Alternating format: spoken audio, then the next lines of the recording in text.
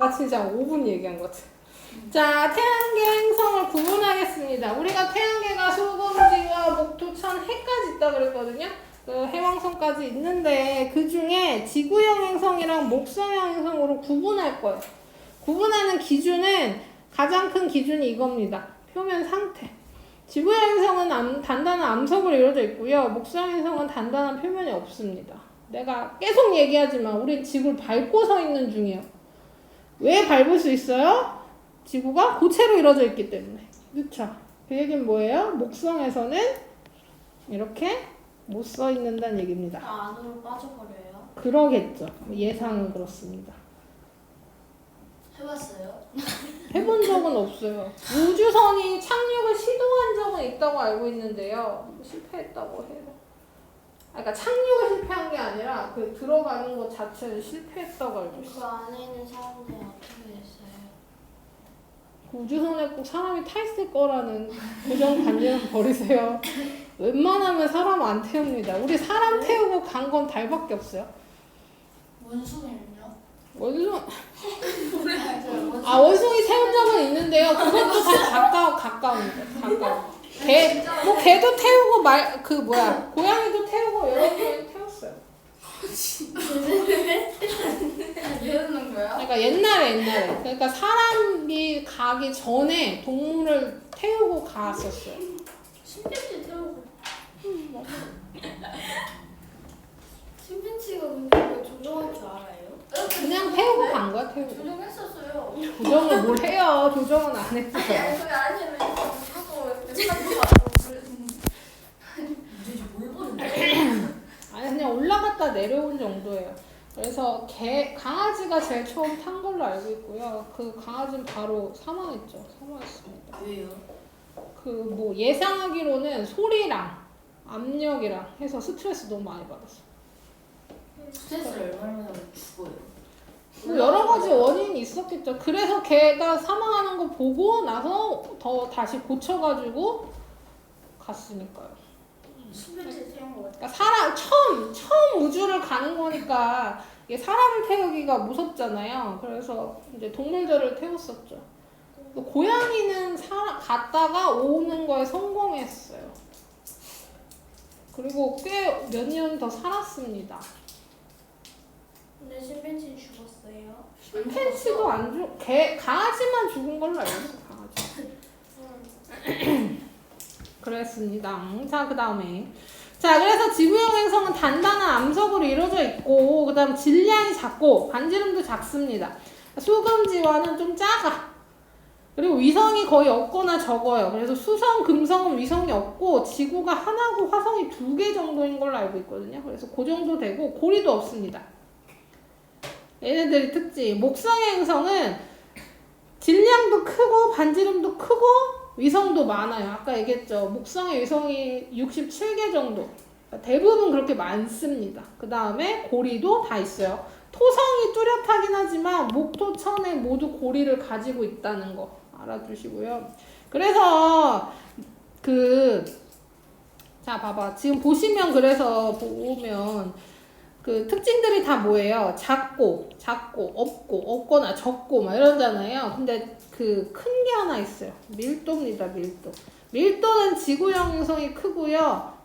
목성 행성이 작아요. 밀도가 크다는 게 뭔 말이에요? 그 밀도를 쉽게 얘기하면 이렇게 생각하시면 됩니다. 빽빽한 정도라고 생각하면 돼요.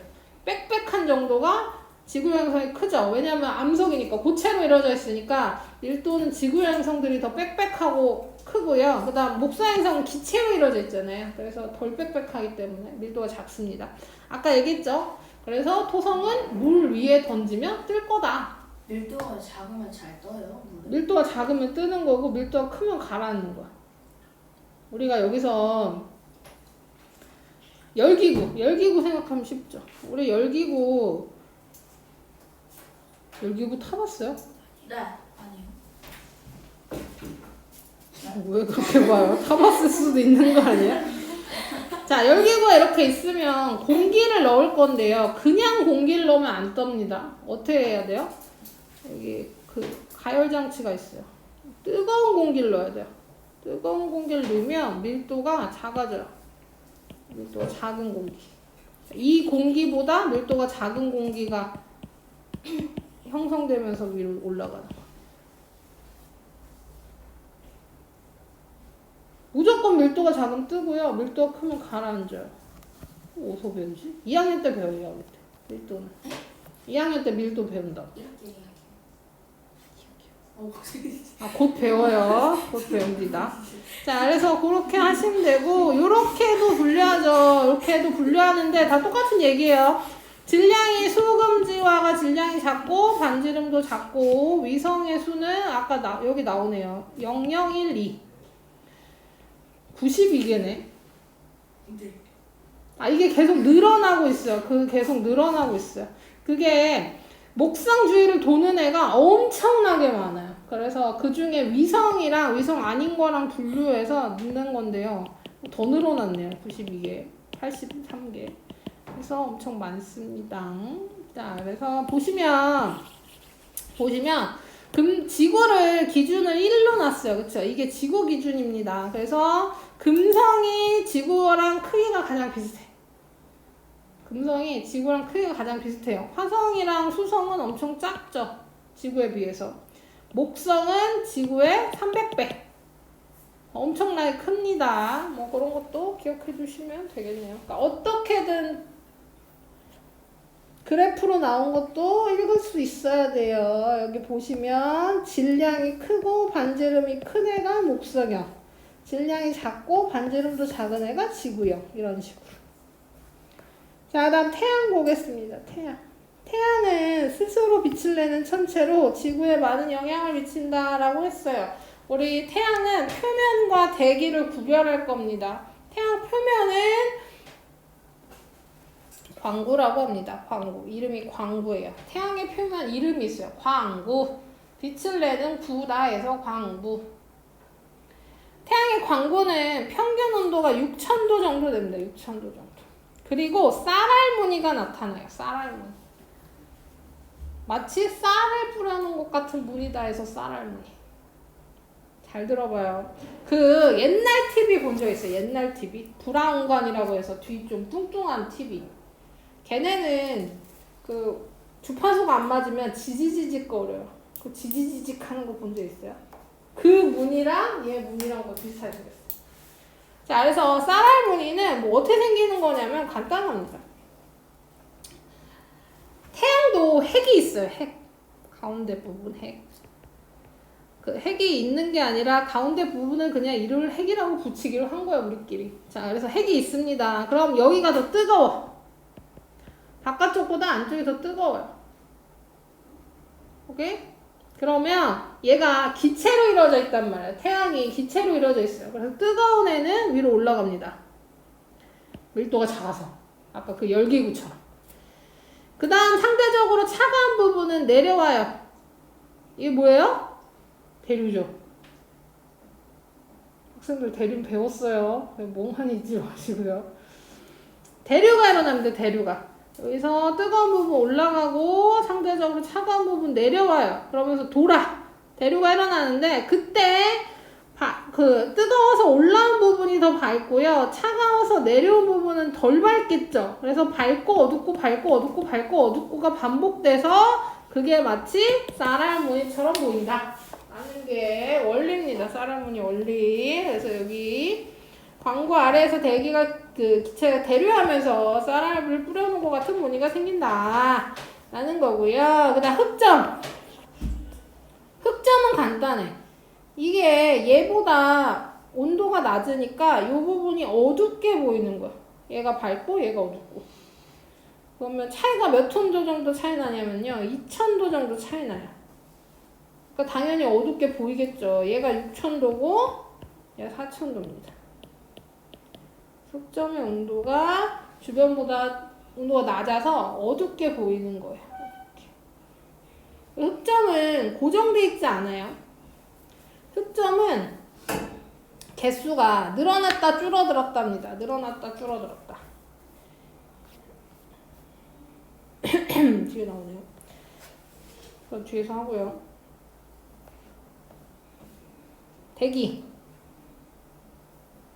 태양도 대기가 있어요. 대기가. 지구도 대기 있는 거 알죠?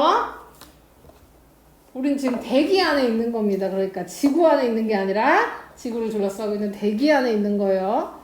아시겠습니까? 다예요? 아시겠냐고요? 네. 지구 안에 있는 게 아니라 지구를 둘러싸고 있는 대기 안에 있는 거예요. 그러니까 숨 쉬고 있죠? 자, 그러면 태양도 대기가 있단 말이에요. 근데 이 대기가 광고가 밝아서 평소에는 대기가 보기 힘들어. 안 보여요. 그러니까 지구에서 봤을 때 대기가 안 보여. 언제 보이냐면 광고가 가려지면 대기를 볼 수 있대요. 언제 가려지겠습니까? 지구에서 봤을 때 태양이 가려진대요. 일시. 그쵸, 일식이죠, 일식. 일식 일어나면 광고 바로 위쪽에 얇게 빨간색 층이 생겨요. 얇은 층, 이게 채층. 그리고 채층 위로 엄청 넓게 진주빛의 층이 넓게 생깁니다. 이게 원래 있는데 이제 보이는 거죠. 원래 안 보여. 왜냐면 얘가 너무 밝아서 안 보이는데요. 우리가 보통 해 그릴 때 이렇게 그리잖아요.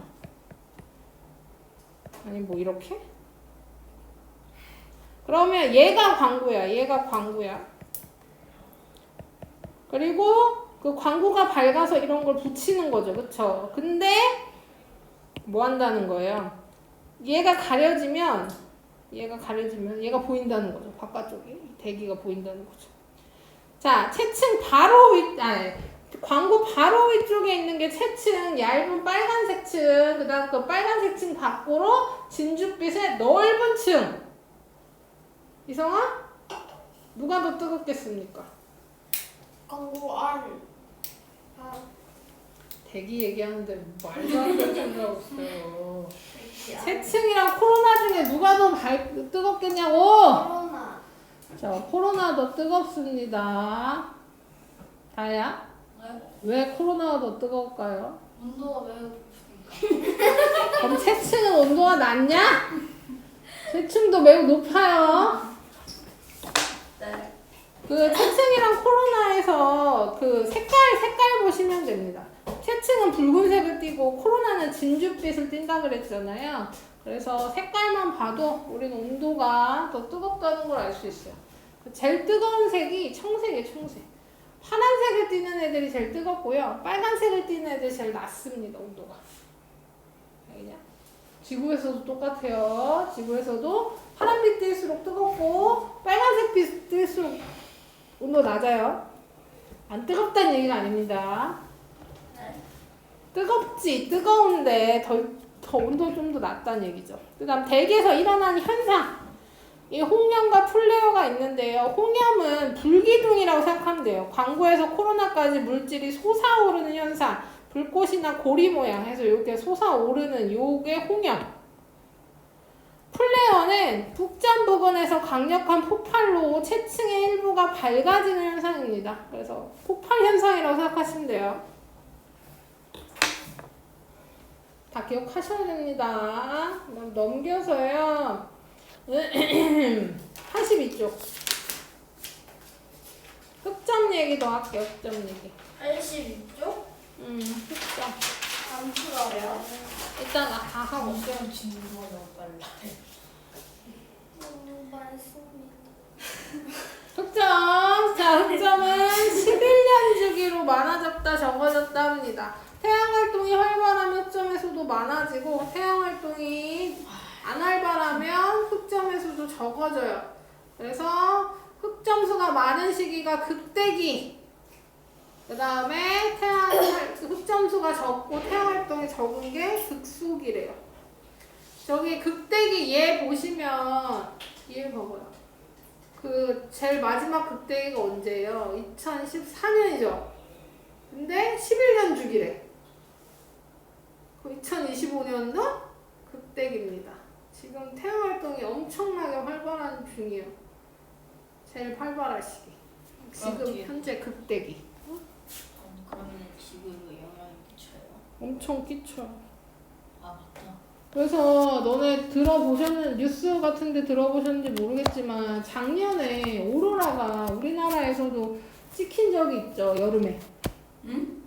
오로라가 찍혔어요. 그게 평상시에는 우리나라에서 절대 볼 수가 없어요.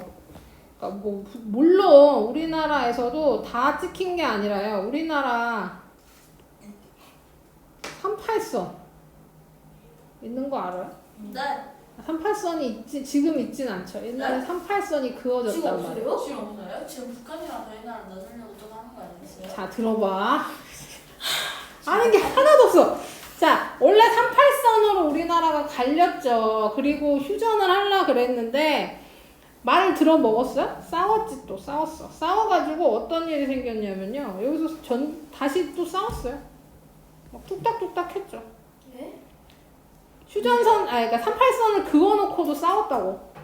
그래서 여기선 더 내려오고 여기서 더 올라가면서 휴전선을 이렇게 삐딱해졌습니다. 네.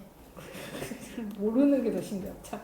그래서 우리나라에서 여기만 보여요, 여기만. 작년에 여기서만 오로라가 보였어요. 네. 찍혔어. 그게 강원도 고성입니다, 고성. 우리나라가 아니잖아요? 휴전선이 이렇게 생겼다고. 어? 얘 우리나라라고. 그러면 저희는 어디 있어요? 우린 여기쯤 있지. 서울. 아, 서울. 거기서요? 고성? 강원도. 하여튼 거기서만 찍혔고 거기서만 관찰됐어요. 근데 그것도 굉장히 드문 일이에요. 우리나라에서 오로라 본 거 내가 들은 건 최초. 그 옛날엔 있었을 수도 있겠지만 지금 현재 뭐 하여튼 뭐 한 50년 사이에서 처음이에요. 그만큼 태양활동이 활발한 거. 지금 올해도 아마 찍힐 가능성이 높죠. 네. 그 예상되는 날짜 막 나와요, 인터넷에. 관심 있으면 가보시면 됩니다. 진짜 보고 지금 싶으면. 찾아보세요. 자, 그 다음에요. 나중에 너희가 네이버에 쳐보세요. 자, 그래서 태양 활동이 활발해지면 코로나가 커지고 홍역 플레이어도 자주 나타납니다. 태양 활동이 활발할 때 태양풍이 강해지기 때문에 오로라가 더 넓은 범위에서 보이게 되는 거고요. 하나 더 얘기하면요. 이게 앞에서 얘기 안 했는데요. 흑점 보시면 흑점을 지구에서 관찰하면 흑점이 가만히 있는 게 아니라 움직여. 동에서 서로 움직입니다. 그 얘기는 뭐예요? 태양도 자전한다 라는 얘기입니다. 네. 그 다음에 태양이 자전하는데 우리가 관찰했더니 어떤 일이 생겼냐면 태양의 흑점이 예를 들어서 이렇게 있었어. 똥똥똥똥똥 있었어. 그러면 시간이 지나면서 동쪽에 서쪽으로 움직인다 그랬잖아요. 그러면 이 흑점이 여기서 여기로 이렇게 욱 하고 움직인 게 아니라 이렇게 움직이지 않았고요. 어떻게 움직였냐면요. 얘는 얘가 요만큼 움직일 때 여기 있는 애들은 더 많이 움직였어. 얘가 제일 많이 갔어. 이런 식으로 움직였단 말이에요. 무슨 얘기냐면 이게 지구였으면 당연히 다 동일하게 똥똥똥똥 여기서 처음에 시작하면 여기서 똑같이 끝날 거란 말이야. 근데 태양을 관찰했더니 얘는 빠르게 움직이고 이 끝부분은 느리게 움직였다는 얘기죠. 이게 왜 그러냐면 태양도 기체로 이루어져 있어서 그렇습니다. 기체로 이루어져 있어서 가운데 적도 부분이 훨씬 더 빠르게 돈다고 해요. 그래서 흑점도 저렇게 움직이는 거죠. 그래서 흑점의 움직임으로 태양이 자전한다는 거랑 태양이 기체로 이루어져 있다는 것도 알 수 있게 되었다. 네. 네. 자, 그래서 태양 활동이 활발할 때 태양 활동이 지구에 미치는 영향 보겠습니다. 태양풍이 강하게 불면 지구에 오는데요. 그러니까 예를 들어봅시다. 태양이 아까 뭐 한다 그랬어요? 적도 부근에서 폭발 현상이 생겼어. 우왕 하고 폭발했어. 그러면 그 폭발 현상에 의해서 여기 있는 애들이 입자랑 해서 날아갑니다. 온 우주로 날아가는데 그 중에 일부가 지구로 오는 거죠. 네. 지구를 목적으로 오는 건 아닌데 지구에 오는 거예요. 근데 지구는 뭐에 둘러싸여 있어요? 대기에 둘러싸여 있어요. 그러면 이 태양풍 입자들과 대기랑 부딪혀. 그러면서 자기장이 강한 곳에 뭐가 생겨요? 그 커튼처럼 일렁이는 빛이 생겨요. 그것이 오로라. 그리고 일반적인 것보다 더 세면 뭐 하냐면요. 여기 못 떠다니게 해요. 지구 이렇게 둘러싸고 못 떠다니게 해요. 인공위성이 떠다닐 거란 말이야. 꽤 많이. 그 인공위성이 센서가 고장나거나 기능을 못할 수도 있다. 태양풍 때문에. 그 다음에 그것 때문에 GPS에 오류가 생기기도 한다. 네. GPS는 인공위성에 달려있는 겁니다. 우리 내비 칠 수 있거나 지도 칠 수 있는 것도 다 인공위성 덕분이에요. 인공위성.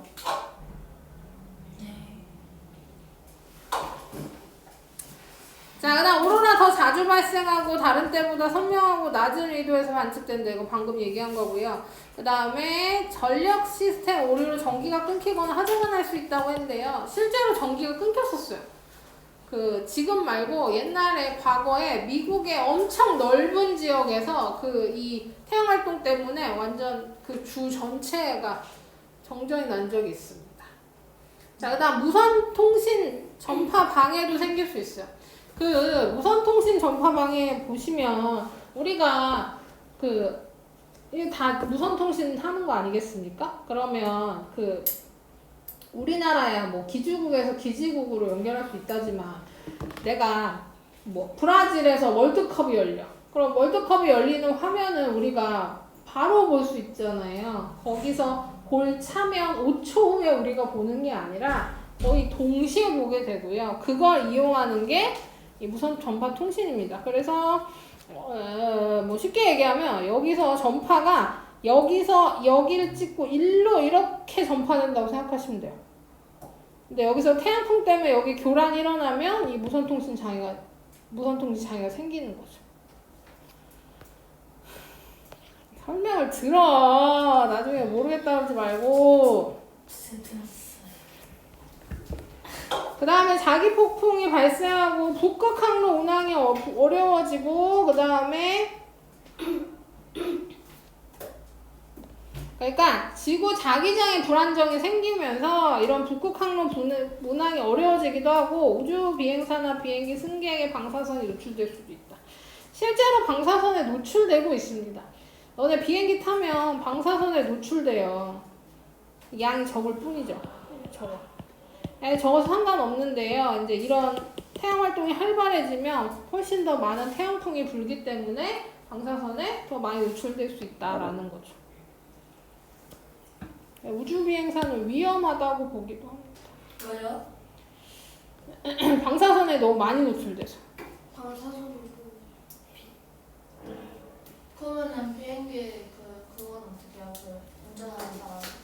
그런 사람들도 그냥 안 탄 사람보다는 더 많이 노출되지만 그래도 그거는 위험하다고 보진 않는데요. 위험하다고 보는 데도 있지만 생명에 직접대로 위험하다고 보진 않는데요. 우주비행사는 대기 바깥쪽에 활동하는 거기 때문에 훨씬 더 많은 방사선에 노출되죠. 어차피 근데 우주비행사는 오래 있진 않잖아요. 방사선 때문이 아니라 여러 가지 이유로 1년만 있어도 근육이 엄청 빠진대요. 들어본 적 있죠?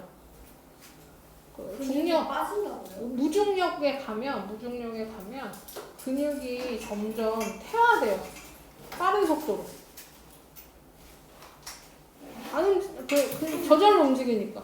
오늘 영어 시간에 만났어요. 아니 맨날 무조건 저. 왜 쟤한테 미안해요. 자, 그 다음 천체만환경 있는데요. 요거는 간단하게만 설명할게요. 우리 천체를 관측하기 위한 장치고요. 망원경 본 적 있죠? 천체만환경은 렌즈가 2개. 저반 렌즈랑 대물 렌즈. 대물 렌즈는 물체 있는 쪽에 있는 렌즈를 대물 렌즈라고 하고, 저반 렌즈는 눈이랑 닿는 렌즈라고 해서 저반 렌즈. 요게 필요하고요. 삼각대는 당연히 삼각대 알죠? 삼각대로 고정하고 균형추라는 게 있습니다. 엄청 무거운 추예요. 추. 그래서 균형 잡아주는 겁니다. 안 쓰러지게. 얘가 이렇게 길쭉하니까 균형추가 없으면 끼우러져요. 그래서 그거 잡아주는 애고 초점 조절 나사로 조절해서 초점 맞추고요. 보조만 환경이 필요합니다. 보조만 환경. 보조만 환경으로 관측하는 천체를 찾고 그 다음에 확대해서 보는 거예요.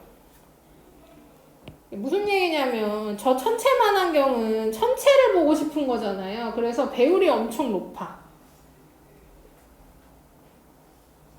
그 대신 뭐예요? 배율이 엄청 높으면 크게 보인다는 얘기입니다. 크게 보이는 대신 뭐예요? 시야가 좁아요.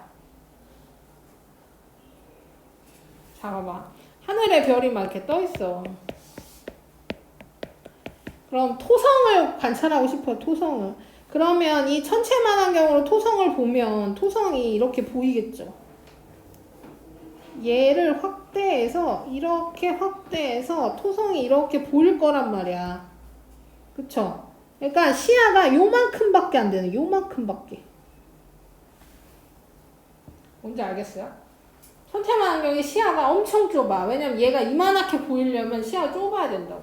근데 얘를 그럼 온통이 있는 하늘에서 얘만 찾으려면 힘드니까 어떤 만환경을 먼저 쓰냐면요. 시야가 넓은 만환경을 쓰는 거예요. 이렇게 이만큼 보이는 거. 그래서 여기에다가 초점을 놓고 그 다음에 확대해서 들어가는 거로. 왜냐면 현미경은 물체를 놓는 구간이 정해져 있잖아요. 거기다 딱 놓고 확대해서 보면 되잖아요. 근데 얘는 안 그렇죠. 온 우주, 온 하늘에서 걔를 찾아야 확대가 들어갈 거 아니에요. 그래서 찾는 애가 따로 필요한 거예요. 그게 보조만 환경. 그래서 얘는 배율이 낮은 대신에 시야가 넓어. 그래서 거기를 맞춘 다음에 확대 들어간다. 안 끝났어요. 아니 31분. 아, 그러네. 그리고 나머지는 마저 하겠습니다.